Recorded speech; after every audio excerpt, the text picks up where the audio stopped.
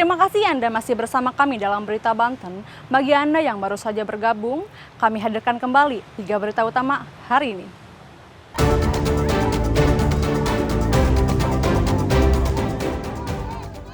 Terdampak pembangunan tol, warga Lebak blokade akses menuju proyek tol.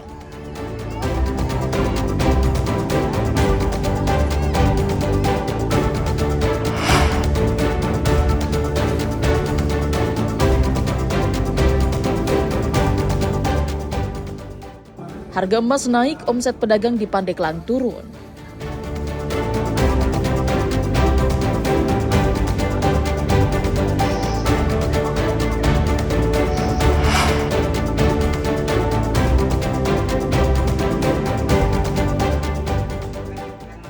Delapan belas tahun anak di kota Cilegon mengalami gizi buruk.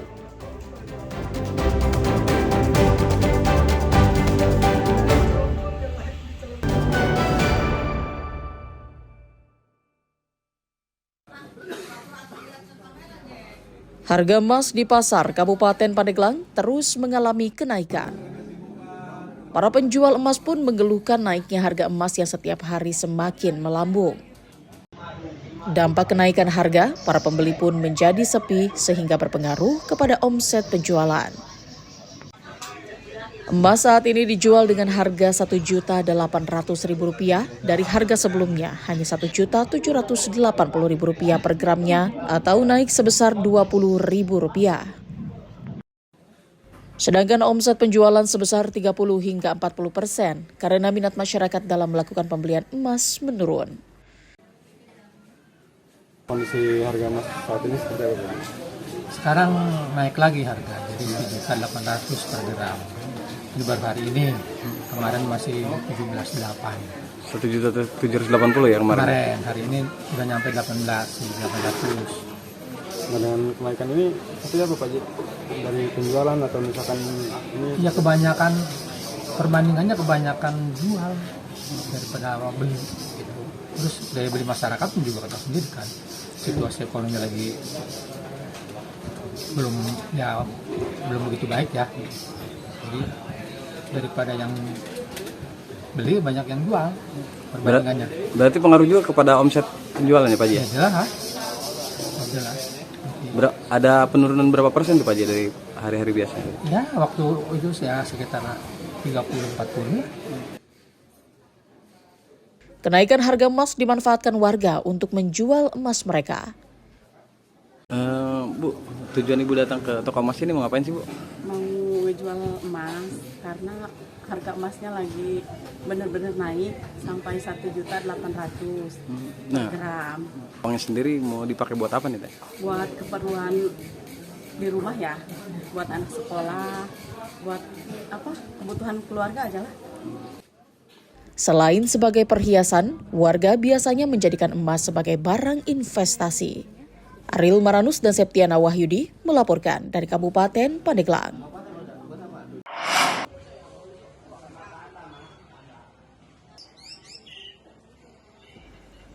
Harga sejumlah bahan kebutuhan pokok di sejumlah pasar tradisional di Kabupaten Lebak terus mengalami kenaikan. Salah satu komoditas yang mengalami kenaikan harga yakni beras jenis medium yang naik Rp1.000 per liter atau dari harga Rp12.000 menjadi Rp13.000. Sedangkan telur naik dari Rp26.000 menjadi Rp28.000 per kilogram. Gula pasir dari Rp17.000 menjadi Rp18.000 per kilogram. Kenaikan harga yang signifikan terjadi pada komoditas daging ayam potong, cabai merah, dan bawang merah. Daging ayam dari Rp36.000 menjadi Rp40.000 per kilogram. Bahkan harga cabai merah terus naik dari Rp40.000 kini sudah tembus Rp70.000 per kilogram. Begitu pula dengan harga cabai oranye dan cabai hijau yang terus naik dari Rp40.000 kini Rp50.000 per kilogram. Sedangkan bawang merah naik dari Rp30 menjadi Rp40.000 per kilogram. Kenaikan juga terjadi pada semua jenis sayuran. Akibat naiknya harga, pedagang mengaku omset justru menurun. Sebelumnya berapa sih, Kang? Sebelumnya 32, 33. Oh, 33. Berarti naiknya lumayan tinggi juga ya? Lumayan tinggi. Udah berapa lama, Kang? Sudah hampir seminggu. Seminggu naik 38. Ada kemungkinan naik lagi nggak sih? Kurang tahu juga sih. Soalnya bulan-bulan ini kan pada bulan market semua. Ada kenaikan nggak? Kenaikan banyak kenaikan bosku. Bawang merah, cabai merah. Cabai merah juga naik bosku. Cabai merah berapa sekarang? Dari 70 sekarang sekilo. Kalau cabai oren, Cabai oren 50 1 kilo. cabai hijau, Cabai hijau sekilo 40. oh gitu. Kalau bawang sekarang berapa? Bawang sekilo 40.000. Awalnya berapa sih? Makanya malah 30. Oh gitu. Kalau yang kayak bawang putih naik. Bawang putih 35 sekilo. Sayur mayur naik nggak? Iya. Tuh, tempat 80. Naik turun tiap hari sih. Oh gitu ya. Ya nggak ini, kalau ini naik lagi. Oh gitu. Faktornya apa sih, kan? Kayaknya cuaca bosku. Berkurangnya pasokan dan gagal panen menjadi salah satu faktor naiknya harga bahan pokok tersebut. Warga berharap pemerintah dapat segera menstabilkan harga. Ariel Maranus, Desa Jiwa Pratama, melaporkan dari Kabupaten Lebak.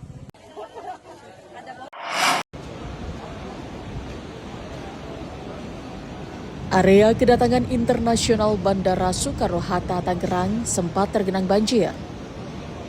Genangan terjadi setelah hujan lebat disertai angin kencang mengguyur wilayah Kota Tangerang. Meski genangan tidak tinggi namun cukup mengganggu aktivitas di sekitar bandara. Para pengguna jasa Bandara Soekarno-Hatta sempat dialihkan ke pintu kedatangan lain karena akan dilakukan pembersihan di lokasi yang tergenang. Selain itu, akibat hujan lebat dan angin kencang serta petir, sejumlah pesawat yang akan mendarat di Bandara Soekarno-Hatta sempat dialihkan ke bandara lain seperti Changi Airport, Singapura. Gede banget dan angin petir. Hari sempat masuk dari banjir. Sempat masuk. Berapa sen?